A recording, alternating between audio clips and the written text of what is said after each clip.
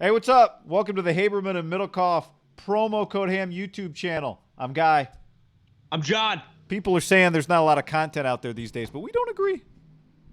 No, Guy, we also have a podcast on the Apple streets, on the Spotify streets, wherever you subscribe to your podcast, Haberman and Middlecoff. We talk a lot of football, talk a lot of sports, talk a lot of life. Go check it out. We've been doing it. We've had a show now, radio and podcast, for about almost a decade now. That's very true, John. What we have not had until today is an NFL person reveal that they have coronavirus, but that changed. Schefter was the one that reported it. Sean Payton, who then put out his own tweet, appreciate the well wishes. I'm feeling better and fortunate not to have any respiratory symptoms. 4 more days at home, beat COVID.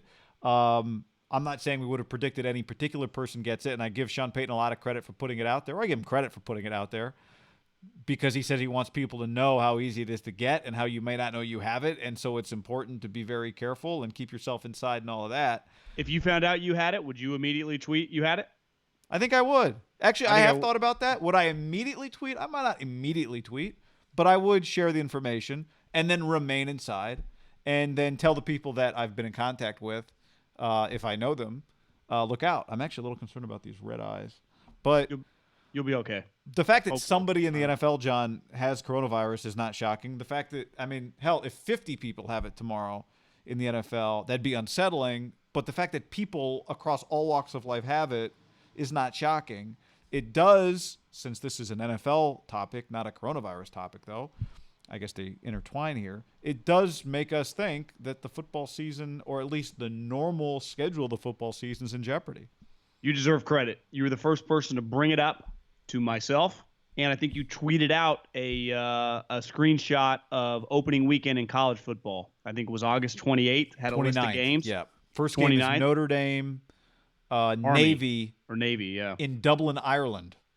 That's probably off the table. When did you do that? Probably 5 or 6 days ago? Day 2 without sports? That would have been, that was last Friday. I would say when everything started taking off last Friday, that was a day and a half right after the NBA suspended the season. Baseball was right behind them.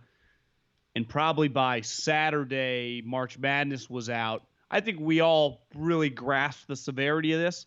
I think football, because of its distance away from us, we just assumed we can get through this thing and it'll be happening. Shams tweeted out earlier today, the Lakers, multiple Lakers have tested positive, Guy, for the coronavirus. They played the Nets last Tuesday, who 4 guys on the Nets have coronavirus. Multiple 76ers, 3 76ers have the coronavirus. I feel pretty confident now saying we're farther than the basketball. The NBA season's in jeopardy. I think it would be an upset for the NBA season to even, obviously they would have to jump right in the playoffs. I don't think that's happening, Guy. I think the Major League Baseball season is just like the NBA season, a little different, maybe a little less jeopardy because they'd have a little more time. They could play like 50 games or something. Yeah. But it's still very, very complicated. But I think we're already looking now kind of at some dates to maybe best case to kind of be in a groove to have an opportunity to start gathering again. Might be closer to August than it is June. And then if we're already there, who knows? The unknown in this thing. If we can't practice, Sean Payton, let's just assume OTAs, all that stuff doesn't happen. They're suspended indefinitely as we're recording this. Do you want the dates? Just share the dates. Well, yeah, sure. Well, teams with new head coaches, April 6th, they could start getting together. Teams with returning coaches, April 20th. So those are out the window. The draft is not till April 23rd. And luckily, you can do the draft just like NFL Live's been doing shows. You could just do a studio show to do the draft, right? Just names. People stay at their homes. You would feel for the kids, right? They couldn't have the 100 people over at their house. Yeah. It's a very difficult situation, but guys can still get drafted, whatever. What makes it difficult for Sean Payton or just coaches or whoever that have it, what is a football team, Guy? 90-man rosters. Coaching staffs have never been bigger. They got 15 to 20 guys. You got 5 or 6 trainers. You got executives everywhere. You can't go out to a closed NFL practice, college too, because their rosters are How many guys are 105 filming? guys? How many of just the film? I think you have 150 people on the grass, college and pro. You can't run a practice. And then when you factor in sweating, what do you do in football? College you is a massive amount of people, right? But I'd say football in training camp. Football in training camp is closer to college than it is their normal once the regular season hits, right? Oh yeah, that's a good point. With the added roster, yep, and just the coaching interns. I mean, there's just a lot going on in training camp. You and I go to a lot of training camp practices over the years for the Niners and the Raiders. When they are open, you're talking thousands of people in a small little area, right? And football, they touch each other a lot. Everyone's touching each other. And football. Yeah. It's really hard to operate if you're not allowed to touch, or even social distancing is still factoring in. It's impossible. So if that does not dramatically change in the next 90 days, football season's getting delayed. Because the other thing with football, unlike basketball where you could have like a week or two of just some pickup games to get you can't start a football season. It takes a month and a half right now to get ready for an NFL season, right? You mean in terms of just offense installation, defense, playbook, all that stuff? For example, how would Mike McCarthy run a game? His players don't even know what his play calls are. Right. There's a reason new coaches get, a 2.5 week jump on current staffs. And you notice, like, it's not one of those things where everyone in the NFL, that's unfair. Like, it's like, yeah, we get it. Yeah. Yeah. And people in sports complain about everything. No one ever said it's just an unwritten rule because, it's a written rule, but people get it. The Hall of Fame game, the first preseason game is supposed to be August 6th. And what would you say, give or take, training camps usually report between July 20th to July 25th in that range, right? Give or take. Yeah, depending on the team. I think the reason the Sean Payton thing, I think kind of what it illuminates, the fact that he has it, and maybe illuminates not the right word, what it brings into the discussion is, I do think we'll look back at those 2 days when we thought, oh, maybe we could play games without fans. I think we'll look back on that as pretty unaware of really what we were about to encounter, because you say, well, there's no fans. Okay, but what about all the people that you just listed?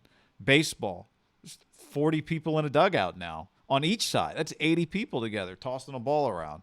Basketball, like you said, multiple players because they're in season, so they've been running into each other.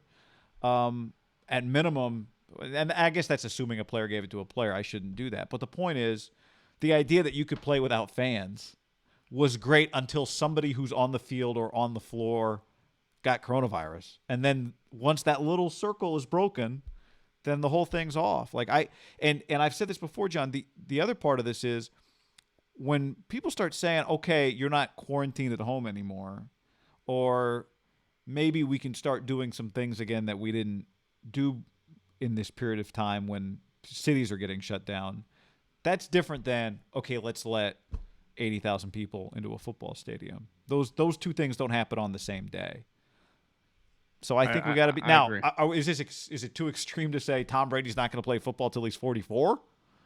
He's going to miss his age 43-year-old season. But I think the point of this, which is coming to light more and more every day as we head toward April 1st, is kind of everything's on the table. Like when you said, when the NBA announced, and I think some of the conference tournaments announced, we're going to play some games, no fans. It was like, God, at the time, that was an insane measure. People were like, oh, shit. It was bold. No fans? Yep. What? People that are watching this, if you don't know who we are or listen to the podcast, I was at what was supposed to be the last game up until the NBA got suspended. Me, and I got a text from my buddy Scotty Raber. He said, we were having some beers. This was, we're recording this on a Thursday. On a Wednesday night, a week ago today. Think how much has changed over that week. We were walking into the Golden One Arena to watch Zion play the Kings, and 5 minutes before, because the Rudy Gobert thing, the Jazz had played the Pelicans, they freaked, and rightfully so. I mean, think of the exponential growth potentially if they had played that game. The referee, It was the had referee, officiated the That's jet. what Now it it was. turns out he did not have coronavirus, but See, that's where when you talk in sports, it's not just like if me and you wanted to go play golf and neither one of us had it and we just stayed away from each other on the golf course, picked up our ball, like we get around it. You cannot function in baseball, basketball, or football. Think about the ump in baseball throwing the ball back to the pitcher. Everyone's touching these balls in the three major sports, and with baseball and then definitely football, the amount of people just grow and grow. It goes from a 12-man roster to a 25-man roster to a 53-man roster. And then when you talk camps and stuff, like right now, baseball and spring training was a lot more than even the 40-man rosters, all these minor leaguers and umpires and executives. And like you said, even if you kick the fans out in football and basketball, you're sweating. And I'm not Dr. Fauci, but clearly that is a way. If I touch you and we're sweating, we're going to pass that, right? Get into my sweat glands. I just know they're saying stay away from each other, and you can't stay away from each other. Like, that's the bare minimum, right? I mean, I do know this, though. I haven't cried yet with no sports, and we're day 7.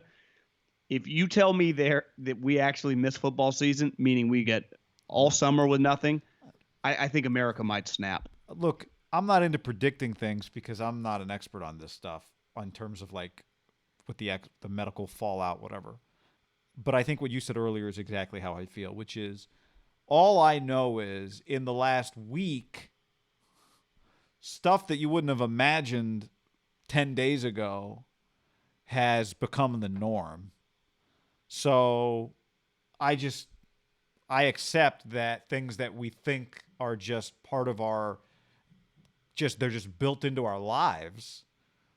The football season, like everything else, is not immune to that. We hope things are better by then, not just for football season, but for a variety of reasons, all the reasons you can think of. But, all I can do now, John, is hope we get to the draft and the draft still happens. And then we'll try and get to whatever new OTAs. Like, that's why I feel really good about that is that's really easy to do, like they just did with free agency. Yeah. You could put a couple people in a studio. Hell, you could put one person. Could we host the draft? Easily. Maybe we should. All right, subscribe to the channel, people. Thank you. Peace.